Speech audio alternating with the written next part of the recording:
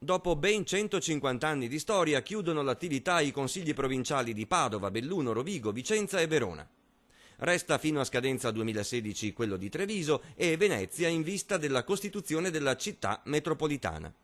Rimangono al loro posto fino a fine anno i presidenti con l'incarico di commissari e con i poteri di tutto il Consiglio provinciale, gli assessori in carica, i dirigenti a contratto.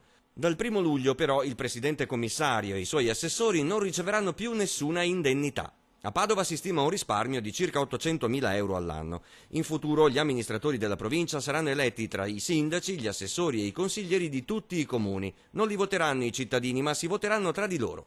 Chi si renderà disponibile si farà carico di nuove responsabilità a compenso zero. È stata fatta una scelta scellerata, priva di senso, che creerà a mio avviso maggior costi e maggior danni e disagi per i cittadini.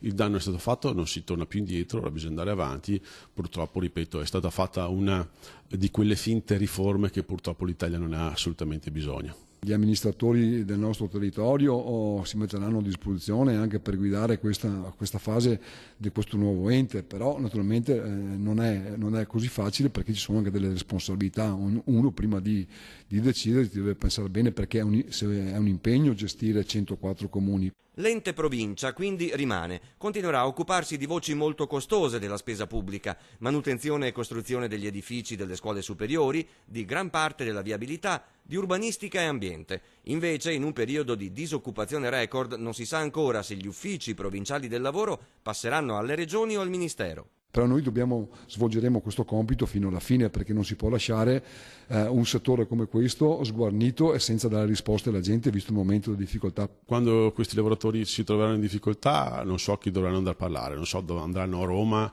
o non so dove. Comunque l'interlocutore provincia non ci sarà più. Una riforma che per come viene attuata non piace ai nostri amministratori locali.